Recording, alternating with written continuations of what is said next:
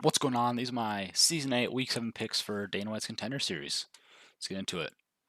The first fight is Alexia Tainara versus Rose Conceição. Rose is pretty good. She's 7-0. She fought the LFA. She's a 7 times Brazil National Wrestling Champion. From what I saw, her wrestling didn't look amazing. It was good. She landed a few takedowns, but it wasn't really anything super impressive. Boxing, she was able to switch from southpaw to orthodox and looked pretty good in both. Her kickboxing itself is a little sloppy. She mixes up the location of the strikes well, but not very sharp, in my opinion. Like I said, her wrestling's a little unimpressive for being a 7 times Brazilian national champ. I don't know if she was just trying to strike too much in her fight that I watched or what, but I wasn't extremely impressed by it. And her jiu-jitsu in general wasn't amazing to me either. Her gas tank's pretty good though. It was a 5 round fight. After the first round, she looked pretty tired, but after round two, rounds three, four, and five, she really picked it up. Her strikes started landing, and yeah, she got the win. Alexia Tainara, on the other hand, she's 10-1. She's like a jiu-jitsu wrestling lady. She's a pretty good jab. Her striking on the feet is also slightly sloppy. Better than Conceição, I feel. Very jiu-jitsu heavy. She has 3 wins by rear naked choke, 3 wins by armbar. She was able to land some takedowns. It wasn't anything super impressive, in my opinion, though. Her one loss is a sub to Bruna Brazil, who's currently in the UFC, and that was 5 years ago. Another thing, she's kind of fighting bums. Uh, she has 1 win. She's fought 2 people that have a win on their record, and she beat one of them. So out of her 10 wins, one of her opponents has won a fight. So that's not great. I feel like that since Rose has faced so much better competition, I don't know if Alexia will have a whole lot of luck with her wrestling and submission game plan that she usually sticks to. I think Rose is going to pressure Alexia, and I think she'll either get like a late ground and pound knockout, TKO, or a decision. But I think I'm going to go Rose Conceição by decision. The next fight is Kevin Vallejos versus Cam Teague. Kevin Vallejos 13-1. He's 22 years old. He fought Gene Silva on Dana White's Contender Series 1 year ago. He's the only guy to go to a decision with Gene Silva. He looked great in the first round, sharp, landed well, and then he kind of slowed down second and third round, but he has a freaking chin. He took the best of Gene Silva's shots and was able to stay alive and get it to a decision. He lost 29-28 in all 3 judges' scorecards, unanimous. He's very powerful calf kicks. He's hurting Gene quite a bit with those. He has super slick boxing and great combinations. Coming out of the combinations, he uses leg kicks very well and body kicks, just kicks in general. He's very skilled stand up. He has good power, strikes to the body, strikes to the head, kicks to the body, kicks to the head, kicks to the leg. He's super tough, like I said. I mean, he ate the best of Gene Silva's shots, which is very, very impressive. But he definitely tends to slow down a little bit in the later rounds.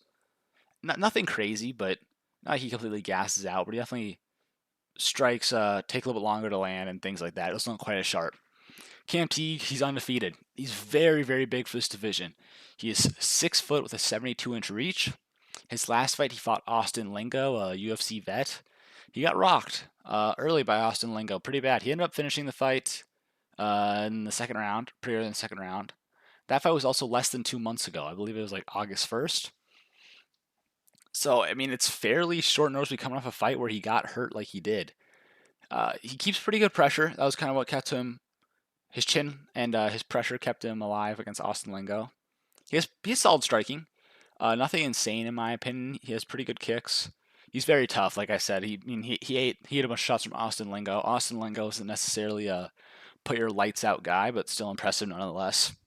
Good gas tank and yeah, his takedown defense wasn't super impressive to me. He got taken down a few times.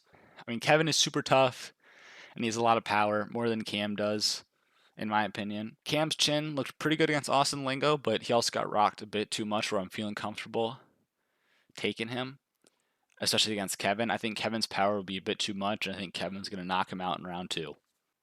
So next fight, we have another Kevin Christian versus Francesco Mazzeo. Christian's huge for the division. He's 6'7" with an 80-inch reach at light heavyweight. He only has one fight in the last 5 years. He won by second round KO, though he did get dropped in the first round. He has a great takedown. I mean, he's a BJJ black belt. So he's usually able to get to the takedown. And he has a few submissions under his belt, though they were 5, 6 years ago. His boxing, I'm not super impressed by, though he did get a KO win his last fight. His hands were very low, and he throws a lot of looping strikes. He did get knocked down, like I said, and his hands are just too low, I feel like. And he definitely got punished by that. He also doesn't really use his range very well. I mean, he's huge. 6'7", 80-inch reach at 205. He doesn't use his range like he should be. He has solid power, though. I mean, he got a knockout, so. Francesco Mazzeo, on the other hand, he's not necessarily small either. He's 6'3" with a 75-inch reach. His takedown defense is pretty bad. He got taken down quite a few times in his last fight, or 2 fights ago. He ended up winning by DQ from a knee to the head when he was trying to stand back up after a takedown. He did get quite a few knockdowns. Uh, he also did get rocked a bit, but I'm not really too worried about that. He didn't get knocked down or anything, but he definitely got rocked a little bit. His gas tank is quite questionable. Later in that fight, that round 2, that fight where he lost by DQ, or won by DQ, he was like gassed out and he got kneed immediately. He's like, I can't see, I can't see. He called the fight. So I think he was definitely gassed.